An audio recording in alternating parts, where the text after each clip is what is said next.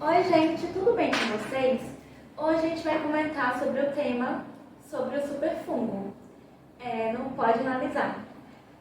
Nós somos todos alunos de biomedicina. Eu sou a Shirley. Eu sou a Ana Cláudia. Eu sou a Isabela. Eu sou o Gustavo. Tá, e primeiramente vamos explicar para vocês um pouquinho sobre o que é um fungo. Então, o fungo, ele é classificado como um ser heterotrófico e ele não produz o próprio alimento. Ele depende da ingestão de matéria orgânica para sobreviver. Ele também é um ser de forma sexuada ou sexuada também, e ele pode ser pluri ou unicelular. Essa é a característica geral de um fungo. Tá, e algumas das doenças principais que o fungo causa? As mais comuns, né? É a meningite, a candidíase e a micose, que apesar de ser comum, elas podem até matar a pessoa, né?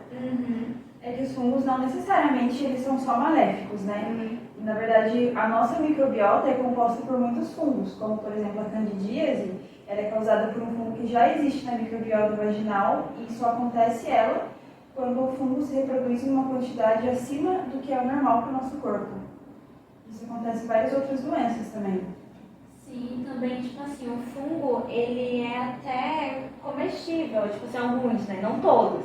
Alguns fungos são comestíveis, como alguns cogumelos, alguns fungos são utilizados para fazer pão mesmo, sabe? Para evitar de bebida. Sim. Tem um pouco também nos queijos também, inclusive. E agora, o tema em si, o superfungo. Sim. Então, vocês sabem o que é o superfungo?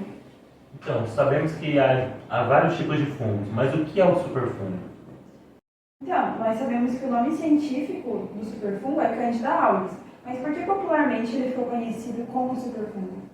Então, ele é chamado assim porque ele é resistente a vários antifúngicos e desinfectantes, né? Aí fica bem difícil de eliminar ele. Então, gente, o primeiro caso dele foi no Japão, em 2009. O primeiro caso registrado, no caso, né? Que foi em uma senhora de 70 anos. Só que foi descoberto que teve também na década de 90, lá no Japão ainda. Só que como a medicina não era tão avançada, eles acabaram que não souberam lidar muito bem com esse fungo. E ele foi lentamente, lá pelos anos 2000 também, se alastrando por outros continentes. Só que a questão mais alarmante dele agora é que ele começou a aumentar os casos dele aqui no Brasil, por exemplo, desde 2020. Isso em 2016 mesmo, tipo assim, tiveram bastante casos na Coreia do Sul, nos Estados Unidos, na Índia, na Inglaterra.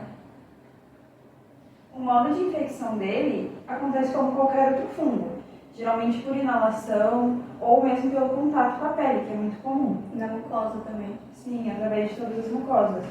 Mas há algum tipo de ambiente mais específico ou algum tipo de pessoas mais específicas que são acometidas?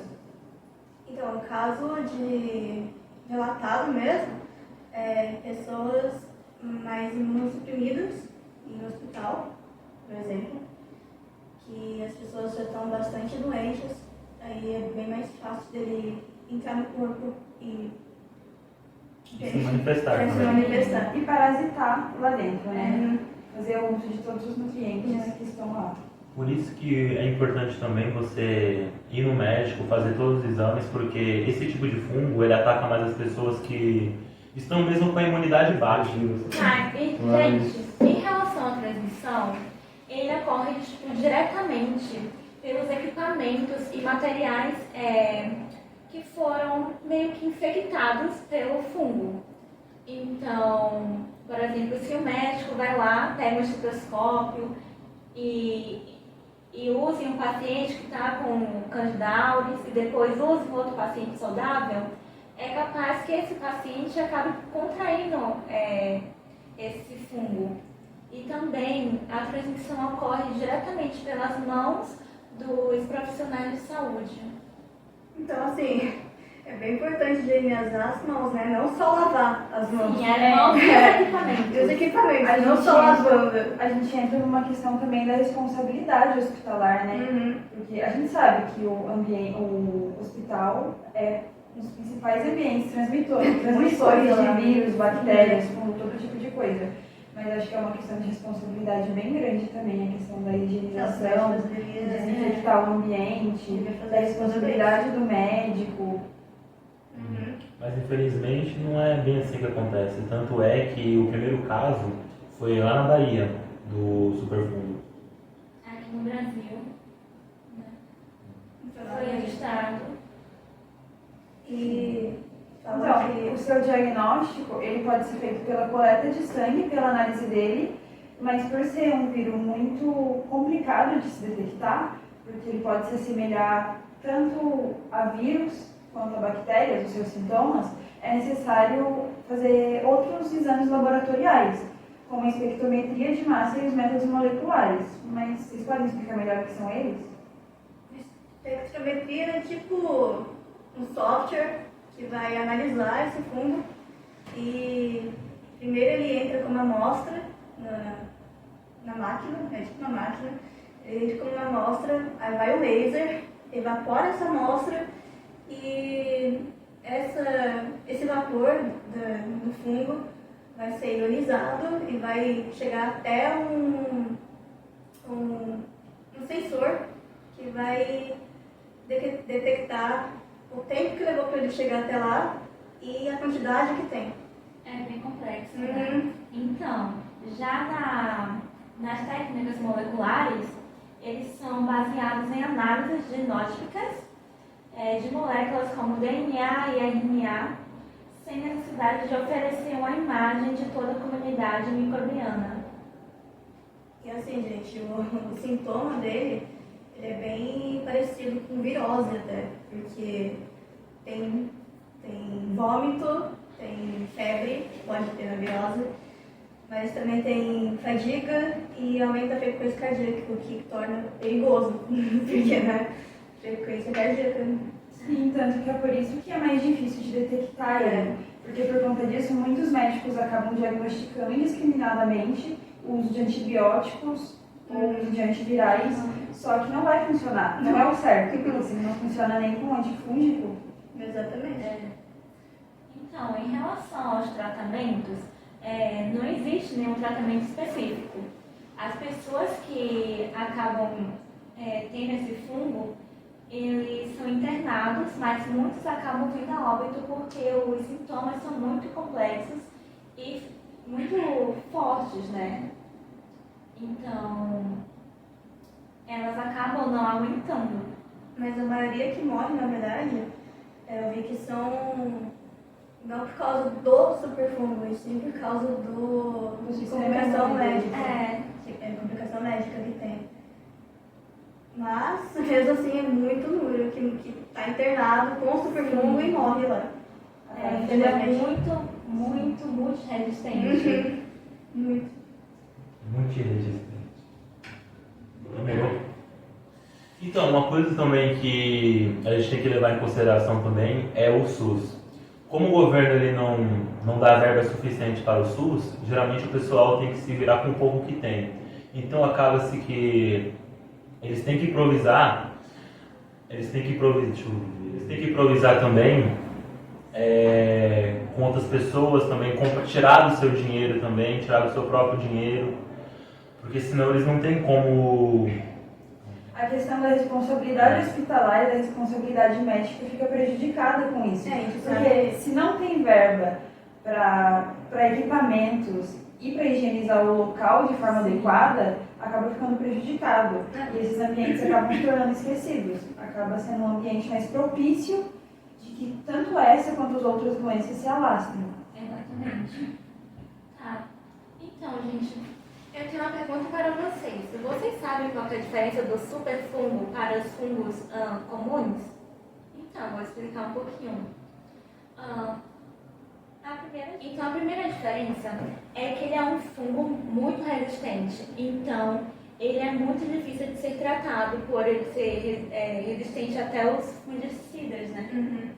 E a outra diferença é que ele permanece viável num ambiente por muito mais tempo. Então, por exemplo, ele pode ficar no ambiente por semanas ou meses. E o primeiro caso que foi confirmado no Brasil foi na Bahia e Pernambuco. Foi um fato que trouxe o superfungo a ser muito mais alarmante, né? Porque aconteceu no meio ali da pandemia de 2020. Então, tanto para a população quanto para a medicina, foi um medo ali para todo mundo. Já tem um vírus ali no meio da sociedade. Mais um. Então, ele vai ter agora vai ter mais um outro patógeno letal. Complicado. E não foi só em 2020, se fosse tava. Ainda mais que as pessoas estavam lá internadas, monoexprimidas. Quarentena. Exatamente, vai aparecer mais um vírus.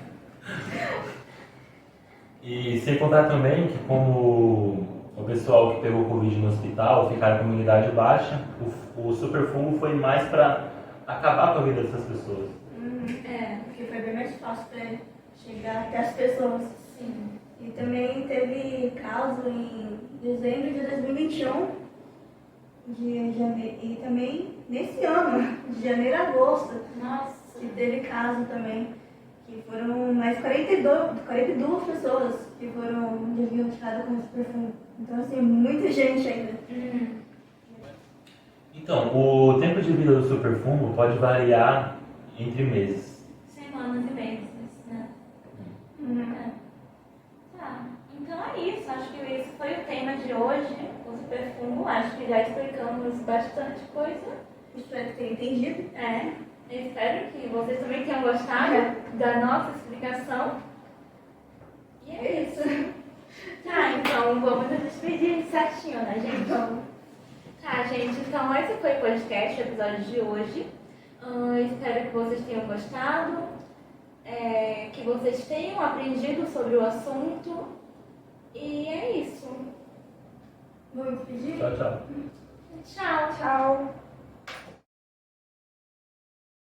Olá pessoal, tudo bem com vocês? Hoje a gente vai falar sobre um tema muito discutido, que é o superfungo. Eu sou o Gustavo e a gente aqui é do... Não, a gente aqui. E a gente é da Biomedicina do T5. Eu sou o Gustavo. Ai, cancela! Eu pensei que ele tinha acabado já. Não, eu queria apresentar, né? Mas você falou no começo que você era Não, eu falei. Ele falou, não vou gostar. Eu sou de calma só pra fazer a introdução, né? Não, vai você, chega agora, vai. Eu não aguento mais. Meu Deus do céu. Tá bom, vai. Então é isso, vamos lá. Pode começar? Olá pessoal, tudo bem com vocês? Mas Oi, você quer falar com a minha eu perdi. Ah, tá, fechou. É só isso, só falar. Olha, eu vou gostar. Olha o que tá aí, Todo mundo só peito. Vamos retomar o final. coloca na parte final. Tretas da pós-gravação. Tretas no estúdio. Tretas